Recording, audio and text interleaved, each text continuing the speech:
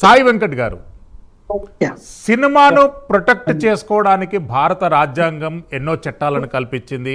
Copyright act 1957 కానివ్వండి, cinema ఆటోగ్రఫీ act 1952 కానివ్వండి, IT act 2000 కానివ్వండి, పలు ప్రొవిజన్స్ ఉన్నాయి. కానీ ఎక్కడో మెకానిజంలో ఫెయిల్యూర్ అవుతుంది.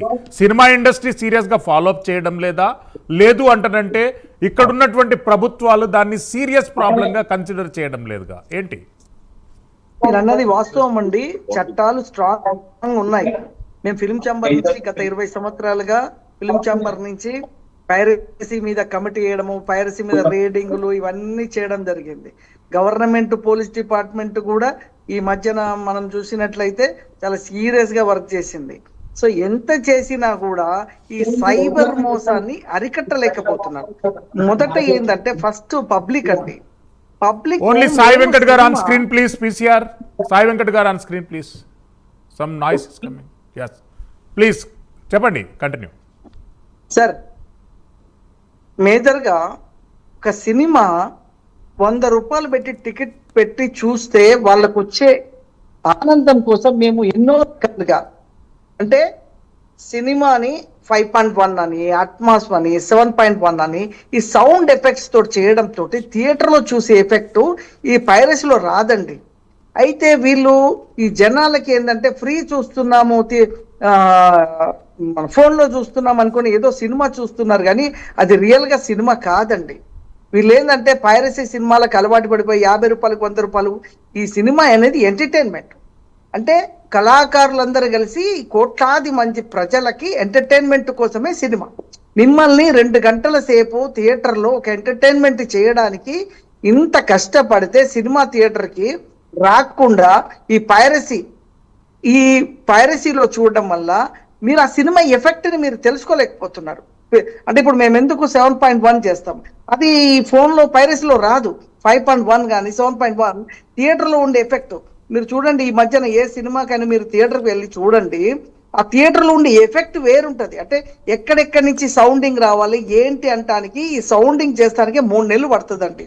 అంటే అంత సౌండింగ్ ఈ పైరసీలో చూస్తే రాదు. ఫస్ట్ మొదట ఇంత చట్టాలున్నా గవర్నమెంట్ ఎదున్నా ప్రజలు కూడా మారాలండి. ఎందుకంటే కళాకారులు మా కోసం ఈ సినీ పరిశ్రమ కష్టపడి అద్భుతమైన సినిమాలు తీస్తుంది, మంచి కథలు ఇస్తుంది. 50 రూపాయలు 100 రూపాయలు పెట్టి టికెట్ పెట్టి ఎంకరేజ్ చేస్తే సినీ పరిశ్రమ నిలబడుతుంది.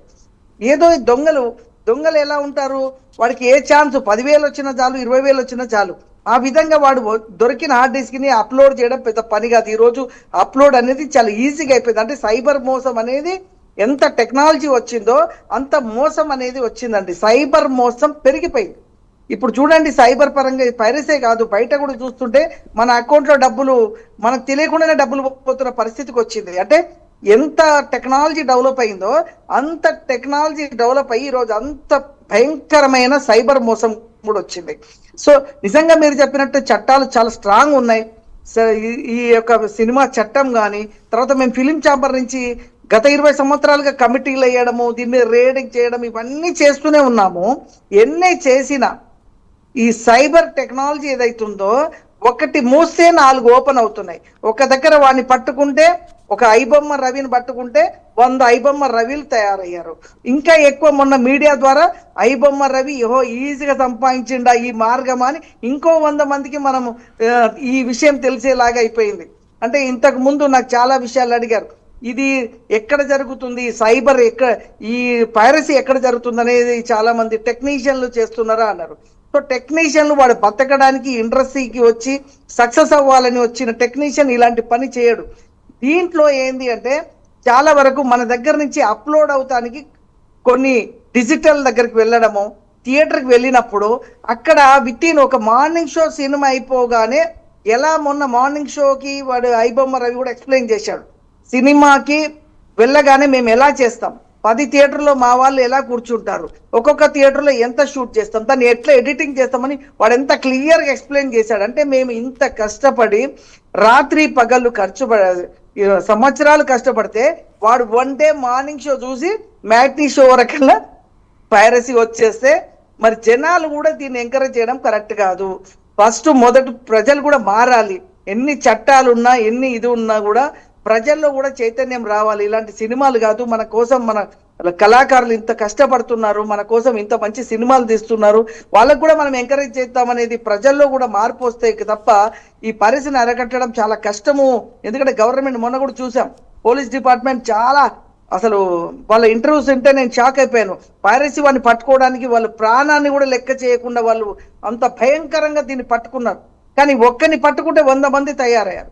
దీన్ని ఎలా చేయాలి ఏంటి అనేది పోలీస్ డిపార్ట్మెంట్ ఇంకా కూడా వాళ్ళు పరిశోధిస్తున్నారు. నాకు తెలుసు ఆ విషయం. మేము కూడా చాంబర్ నుంచి చాలా రెగ్యులర్ గా రిప్రజెంట్ చేశాం.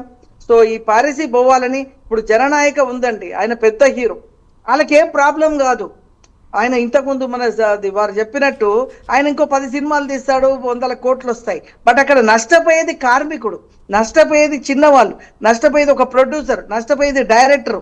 ఎందుకంటే ఈ సినిమా విడుదలైతే వాళ్ళందరికీ పేరు వస్తుంది, ఇంకో 4 సినిమాలు వస్తాయి, వాళ్ళందరికీ అన్నం దొరుకుతుంది. లేకపోతే ఈ కళాకారులు నమ్ముకొని వచ్చిన సినీ పరిశ్రమకి వాడికి అన్నం కూడా దొరకలేని పరిస్థితులు ఉన్నారండి ఈరోజు చాలా మంది. మనం చూసుకున్నట్లయితే ఈ పైరసీ వల్ల సినిమా ప్రొడ్యూసర్ ఒకటేసారి కోట్లు నష్టపోతే ఈ 24 డిపార్ట్మెంట్ల వాళ్ళకి పని దొరకక ఈరోజు కార్మికులకు అన్నం లేని పరిస్థితి అయిపోయింది. ఎందుకంటే సినిమా తీస్తే దాని డబ్బు రిటర్న్ వస్తే మళ్ళీ ఇంకో 4 సినిమాలు తీస్తే కార్మికులకు పని దొరుకుతుంది.